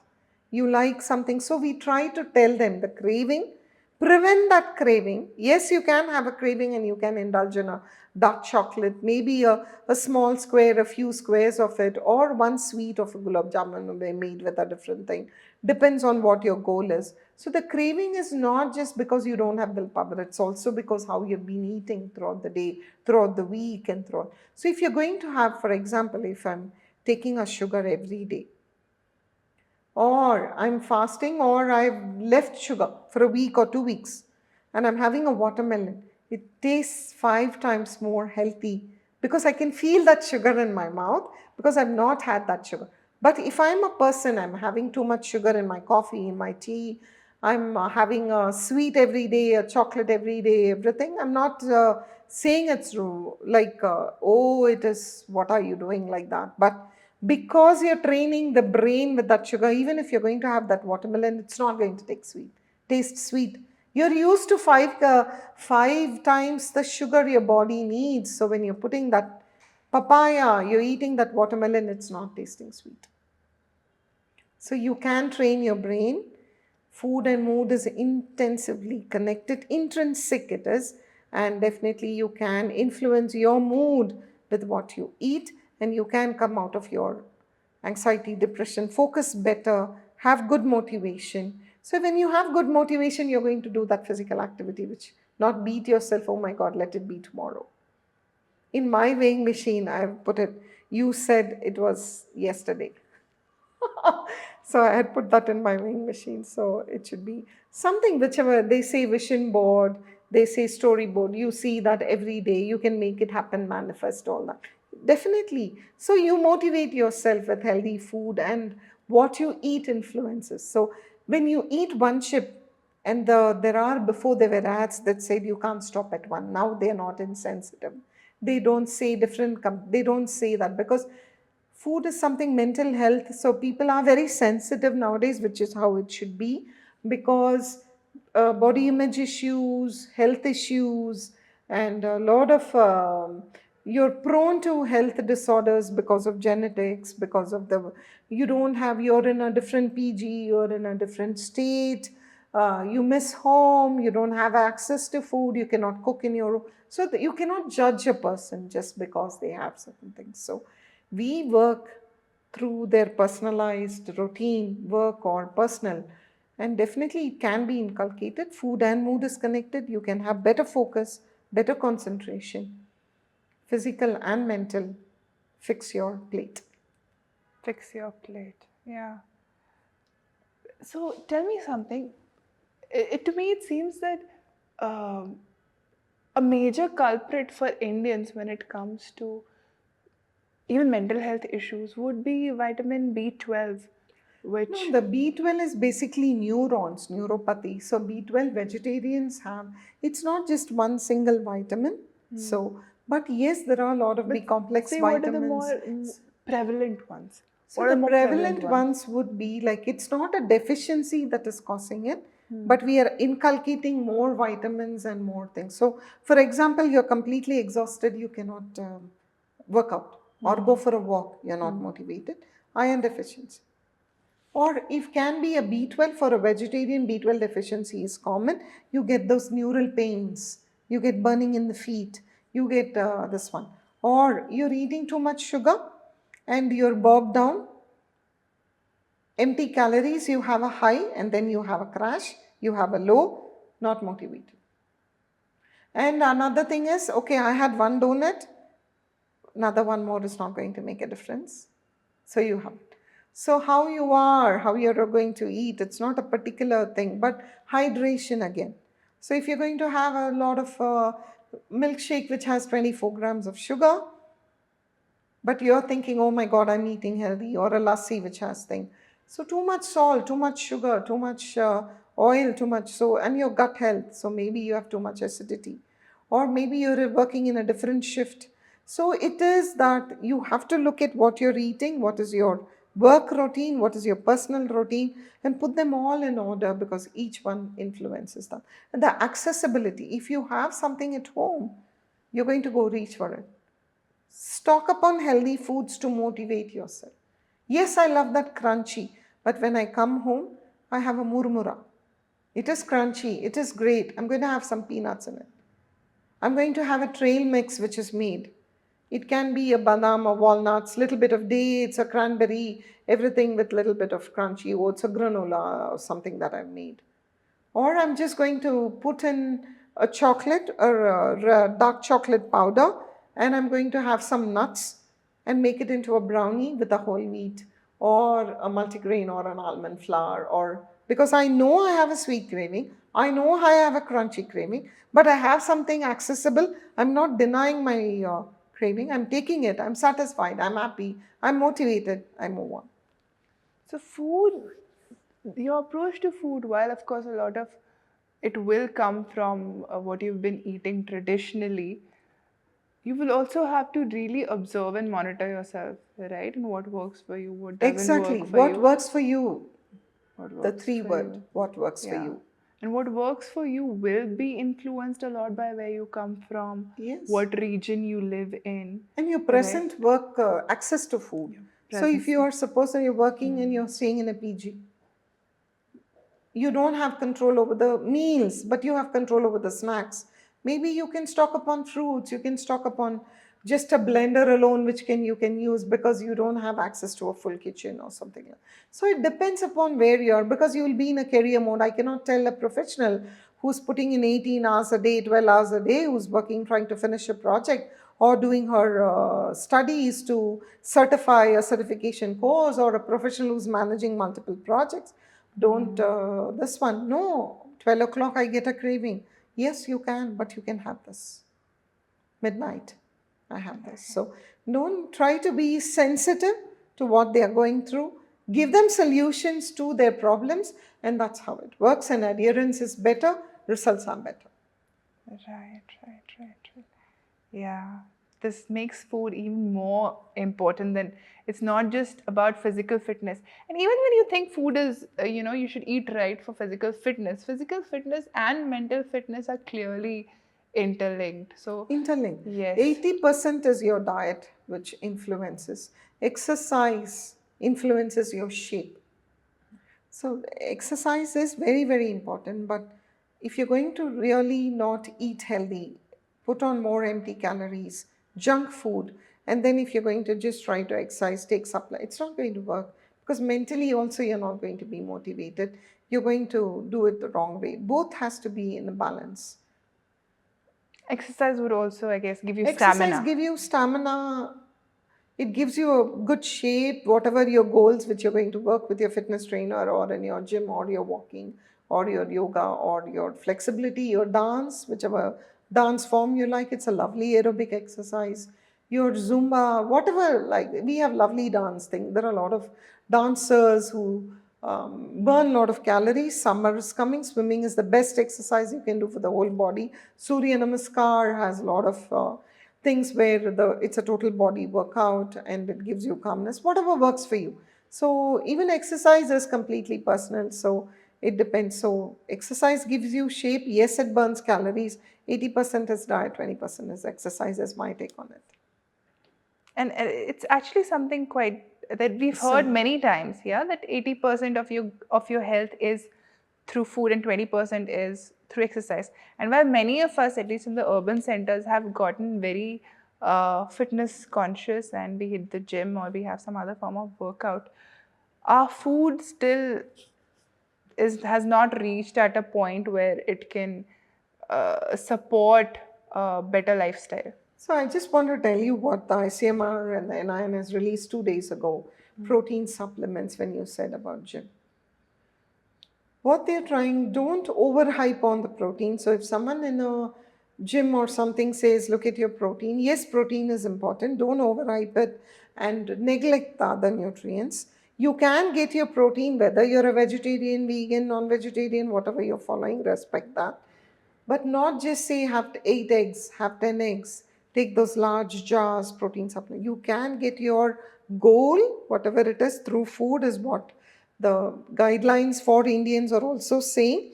Read the label, necessary, go to a qualified person, look at it, and then take, if necessary, only a supplement. But you can get 80, 90, 100 grams of protein or 60, depending upon what your goal is, what your age is, what your life cycle is, the gender, and other things, weightlifting, cardio, whatever you're doing, you can get it from your food, is what the guidelines is also saying. So it depends upon the individual, but don't overhype the protein supplements. You can get very good high biological value protein, whether you're vegetarian or vegan, and definitely, yes, from your eggs and fish and your lean meat and poultry if you're a non-vegetarian. And respect all the food habits, but don't overhype on the protein supplements, is what even they are saying, because you can get a very good quality protein from your food. So I think we should all be reading those guidelines then. Definitely, it's very good. Particularly for our population, where the experts has given us 17 guidelines, how to cook, what is the thing to use, and I think everyone should just look at it, the 17 guidelines, and have a look at it. Rate your plate, rate your activity, rate your way of cooking, your work routine, and see how best you can inculcate. Because I just wanted to tell you some more thing is, average Indian, according to study, is 10.4 grams of salt. The WHO and any government, including our own government, says 5 grams of salt. 5 grams of salt is 1 teaspoon. That's it. We put it in our chaat masala, we put salt also in our watermelon, we put it in our fruit bowl, we put it in our chaach, we put it in our majjige, we put it in our curd rice, we put it in our buttermilk, and so it's double. So when you have high salt, blood pressure increases, heart attacks, strokes. Stroke in young is very common because we have high salt, high fat, high processed, ultra processed food, and that is why you see lot of heart attacks, lot of BP.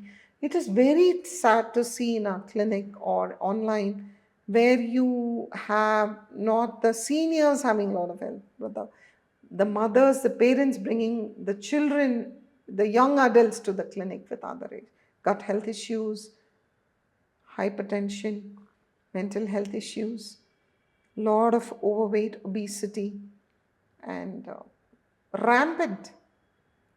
That is why, and definitely we should read the label and then drink it, and not assume just because a celebrity or someone is having it, you should have it.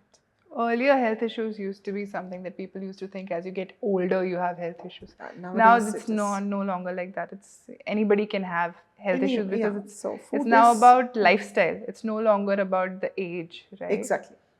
Right. So, Sreemathy, gut health is something that you specialize in, right? You specialize in a lot of things, and gut health is one of them. And gut health is clearly is gaining more popularity these days, and deservedly so, because apparently everything is related to your gut health. So many gut health disorders are there. There is, you mentioned Crohn's, IBS, there's IBD. Yes. So Please tell us. Yeah. what it is Amrita, is it starts with many things, maybe gastritis, indigestion, burping, acid coming up, gastric reflux. They say, ma'am, I have gastric issues. What is gastric? So it can be indigestion, it can be bloating. Every 1 in 3 persons, I think, have bloating or something. You're doing something wrong that you're not eating right, which is suiting your body. So gut health is basically, it can be a gastritis, it can be an acid reflux, it can be constipation, it can be going to the loo many times because you're eating a certain food, that is also. It can be an IBS or an IBD. An IBS can be a chronic constipation, it can be just it's not just, it is something that you think it is normal, but it's not just. It is like IBS is constipation, it can be a diarrhea, it can be a lot of gastritis, H. pylori infection, different things. But an IBD, which is an irritable bowel disorder, this is an irritable bowel syndrome. And IBD is an irritable bowel disorder, is Crohn's or ulcerative colitis. So what happens in Crohn's and colitis, they do a colonoscopy, they do an endoscopy, they do other things, and which has a tailored diet for them because it is very important. They are intolerant to many foods and they cannot have raw food. So it is very, very personalized. But let's look at common problems like gastritis or indigestion. Please do not take those antacids all the time. There are the acids that is there in the stomach pouch is for a certain reason to kill all the bacteria or the virus or the thing that is coming through when you're eating food and other things. So that acid is there. So when you have a lax LES, which is your, I don't want to get too technical, but when there is a food pipe joining with your stomach and it is not completely closed and it has lax, it is not, the acid just comes out, and it just comes and you have Acid that reflux. bad acid reflux. Chronic cough, you're coughing for months and months and you've taken every antacid, antihistamine, antacid, cough syrup, lozenges, and it's not going, it might be a gastric reflux because it is irritating your throat and the acid is coming. These are some things that people consider quite Normal, and then you take all those antacids. So what happened over years they take those over the counter antacid, the acid also becomes low in your stomach. Then you have digestive issues because you need acid to digest and you need the stomach pH or the acid to be in a certain range. If it is going to be too low or too high, it is bad. And the stomach acid is the one that kills all the bad bacteria and the virus that is coming in. So if you have a low stomach acid, all the more you're going to feel so bloated, you're going to feel as if there is a rock in your stomach or a brick and it is not digesting at all.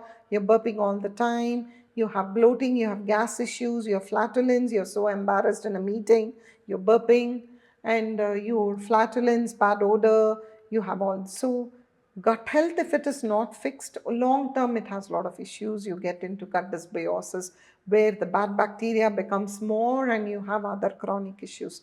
So it is important to consult a GI, which is a gastroenterologist. Make sure that you fix it in a way. If they are giving you a prescription for 1 week, take it for 1 week and not 1 year. Sreemathy, gut health issues, even though they've become such a buzzword in India as well, terms like IBS, IBD, or Crohn's disease, these are not things that Indians are familiar with, even though there's a chance that many of us have these problems because, like, constipation is very common, right? Refluxes are very common. And most of the time, people just blame things like, oh, I ate this, that's why I'm having acidity or something like that. Or, oh, now I am at this age. So they'll blame food, they'll blame age, they'll blame everything except their, gut health, right? So how do people know, how do ordinary people know that it's time to now see a specialist? It's now time to now see a gastroenterologist. Is that correct? Yeah, Yes. gastroenterologist. So Yes. when it affects your quality of life, then you go see a doctor, definitely.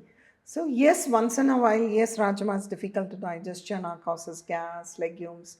Yes, if you're not drinking water, yes, you're burping. Maybe you took too much of your gunpowder with your idlis or dosas and it's coming up. Maybe a samosa or a bhaji or a pakodas, whatever it is. But when you have anxiety, I'm going into a meeting, if I'm going to pass too much gas or I'm going to burp every 5 minutes, okay, why am I doing this? So that is, again, it's quality of life is compromised. If I'm going in a car, if I'm going for a travel, I have planned this weekend to go for a particular place with my friends or with my family. I'm hanging out. 5 hours drive. Am I going to go search for the loo all the time? Then you have, it's constant. Again, you're intolerant to something or you're so scared to eat outside. You're so scared to eat in that buffet. When your quality of life is compromised, that is the time you think that this is not a once in a while problem. This is something which is chronic, which is long term, and it has affected me for the past few months. I don't know why I'm passing so much gas, flatulence, I'm bloated all the time, I don't have appetite, My immunity is low, I'm coughing. 70% of your immunity is from the gut. So why am I falling sick very often? If I'm eating something, why am I running to the loo very often? So all this, when your quality of life is compromised, you're scared of travel, you're scared of flight food, you're scared of this one, then there is something. You need to go get yourself checked with a GI or a gastroenterologist and put your life in order, because over a long term, then it's going to get worse, and then you're going to be really scared to eat anything or what to eat. There is so much of information out there. When you put in a particular word, it goes from just an indigestion to a stomach cancer. So you're completely confused what to eat, what not to eat. There are a lot of things. For example, the same family or friends, 6 of you are eating the same thing. All of them have ordered the same thing and we are eating, but you are the one who's falling sick. You get a food poisoning, you're getting diarrhea, that means your gut is not taking something that everyone else is tolerating. Maybe look at it, maybe the second time I'm eating a particular food, again I'm having loose stools or I'm completely bloated, something, then it's not a once in a while thing, which is okay, but it's a chronic issue which is a long time and it's affecting your quality of life. Better get it diagnosed and find the problem so that you can find the solution. So, do food intolerances also fall in this category? Like, if I'm like intolerant to something, mentioned most of my family is able to eat it, I'm not able to eat it. That is also, people might say it's an allergy, but No, that also indicates like something might be off there are with my two gut. things. Food allergy is completely different with a food intolerance. So you know that you're not able to digest a milk, you're not taking that kheer, which is a dessert, or a gulab jamun which someone else has ordered, which is made with milk kova or something. I know it affects me. I'm not taking it. You know what your body tolerates, you're doing it, that's different. But you're falling sick very often. You've taken what everyone is eating. You have multiple loose stools. Not just once in a while, you're eating multiple times outside and this is happening to you. So get yourself checked up. Okay, Food so allergy, not food related, but just like you're not a intolerant. specific food related, but just like going out, hanging out with a Your lot of gut health is compromised. You're not able to digest. So it is affecting your quality of life. You're not able to eat outside. Food allergy is something where you get a rash, where you go into a hives, where you go into a complete, you take a strawberry. Within 10 minutes, you see a hives and you're itching all over, then it's a food allergy. So both two things are completely different. But there are chronic issues in gut health, not a once in a while thing, but it's a long term thing, or multiple times you've observed this over the course of 6 months, 1 year, and it is affecting the way you're presenting in a meeting, the way you're going to do your sports championship, maybe that particular activity is coming up, or your exams or anything, so, or your travel or your weekend getaway. High time to get it checked out. Yeah, that was very well put. When it starts affecting your life, Quality of life, it's Quality of important life. to You say, go and and get not it just checked. pop something, and always go to the root cause and not fix the symptoms. Don't fix the symptoms. When you know that 6 months you've had the gastric reflux coming, don't put that powder, that tablet, whatever the ad says, you can jump from one place or whatever.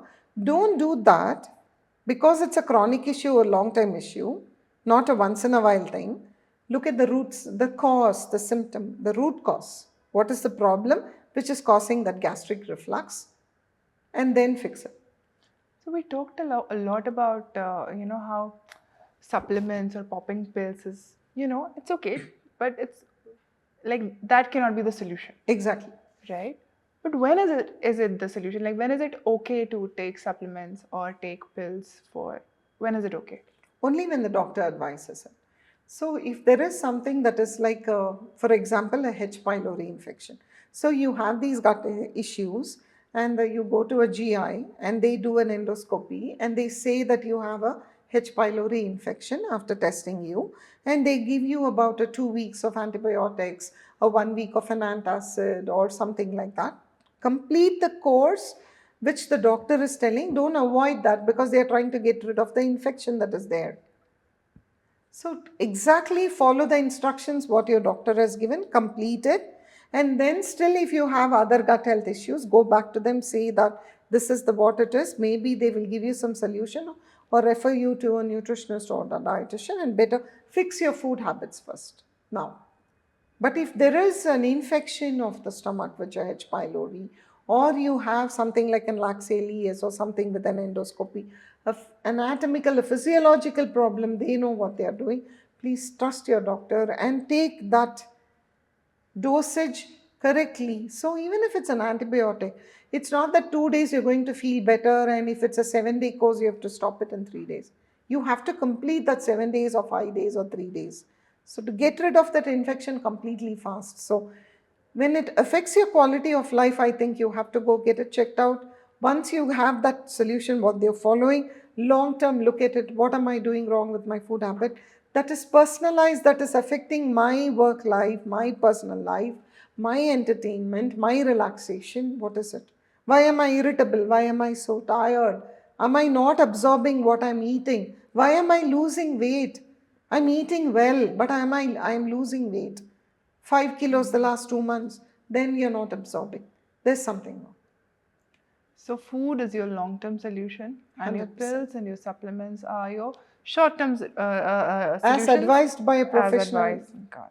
Yeah, or yeah, a yeah. clinician. Do not self-diagnose and pop in pills. Which is what many people are doing, looking at social media, and YouTube is our pseudo doctor, which is very sad. Okay. Okay. Yeah. So that's a lot of information for myself and for everybody who's watching this, but good, valuable, much needed information, I have to say. And let's wrap this up with something that is easy to remember again. So I'll go back to my 3-on-3 model. So what can you recommend? This is not recommendations, say. What you don't want to recommend. What are some myths regarding nutrition, food and nutrition, that you want to burst, that you want to tell people not true, don't believe, don't follow? Do not think that one drink, one food is going to result in weight loss or great skin. So it will be like, okay, drink this in the morning or in the night, and you can melt away 5 kilos, melt away 7 kilos. Then that is not possible. Then everybody will be a particular size.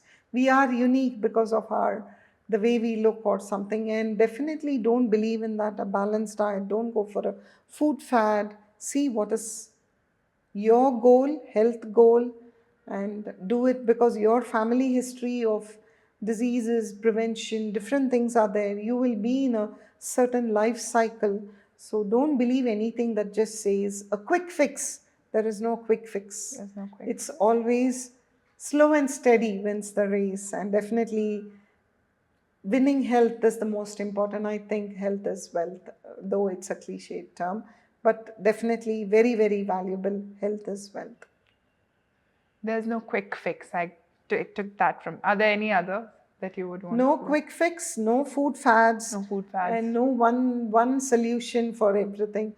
It is a full lifestyle, and the way you eat, the way you do it. So don't look for shortcuts. Right. So your food, your fitness, your doctors should all need to go hand in hand. You don't need a doctor if your food is fine. Yeah, that is a great way to So end. yeah, Yes, definitely, yes, you yes, don't yes. need your doctor. Food is healing. So when there is good food, why do you need medicines? Correct. Actually, that was also, like, I'm taking this further. I wanted to stop there. But since you mentioned that food is healing, as we've been talking about, our ancient science of Ayurveda was pretty much based on that food is healing. So most of our food in moderate amounts is also medicine, like we talked about turmeric, right? Or we talk about tulsi. Ayurveda is coming back, has been coming back for a while. A lot of people want to, even in Western countries, people are talking about Yes. Ayurveda, right? But how much of Ayurveda is now also backed by science? Are present day doctors or just scientists or the government in general making efforts to research into Ayurveda further? Is that happening? No, see, it is not. This is a time and tested tradition. So Ayurveda is a way of life where according to your body constitution, the Vata, Pitta or Kapha, though I'm not an expert, they tell you what to eat. So that is why nutrition is not separate in Ayurveda. It's a way for them. The Yes. food is the healer. The Yeah. food is the healing. The way you drink, when you drink, what you drink, the temperature. Everything is the way of life, where what your goal is. So it is not, it is already a time-tested tradition. And that is why even our government, like Ayush Ministry and different things, there are lovely material that is available also in the website. And I think we should be proud, just like our yoga, we should be proud in our traditional way of eating and the traditional way of healing. So you don't need a research, like, I mean, it's time and tested. That is why even during the COVID days, when they said about what to drink, the kada and everything, we had so much information, we have so much in our ancient texts, It's which very is unique that way. prevention, which is prevention. And they do it very well. And I think it is a balance of everything, where modern nutrition, now it's functional medicine or integrated nutrition is called. So when I even talk to my clients, I talk about kada, I talk about infusions, I talk about not just only nutrition, I also talk about different things, infusions, hydrations, the food, the temperature, the way it is cooked holistically, which is what is our time-tested tradition of Ayurveda also. But though we don't give him like a particular, like an Ayurvedic doctor, but more from the kitchen-based, regional-based, what you're used to it. And we have a time and tested tradition, and it is healing, and you can customize it to your work style, lifestyle, depending upon what type of healing you want to go to, whether it is alternative medicine, allopathy, it all depends upon your faith, your way, whether you can follow it, adhere it, and tailor it to your thing. So I think it is a time and tested tradition, and we should definitely be proud of our traditional medicine So it's a and the way very- of life. So it's a very unique tradition in the sense that it integrates food and healing, because 100%. modern medicine, and we owe so much to it and so grateful for it, came to it quite late. Like that food needs to be a part of medical practice or integrated. I think we as you need said, to do an integrated functional way of looking at our gut health. There are a lot of things which can be kitchen based, is what I'm saying. It need not be different things. So prevent it, fix it. Everyone has, the body is a machine. When there is something that the body always talks to you. It does. Cues, it gives you cues, one-sided headache, exhaustion, not putting on weight, losing And we weight. usually choose your to mood. ignore it Yes. these Don't days. ignore it. Yeah. Listen to your body and you can fix it through from the kitchen.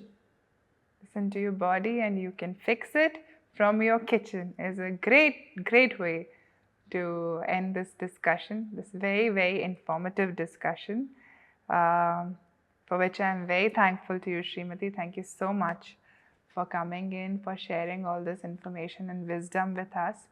And any information, we are going to link the Website. the website and the guidelines, the nutrition guidelines that were recently published. We're going to list that in the description box. And you also mentioned that you've written certain books and certain guidelines, so those that you think are very relevant for this podcast. I think most of it, because it's your work is on food and healing.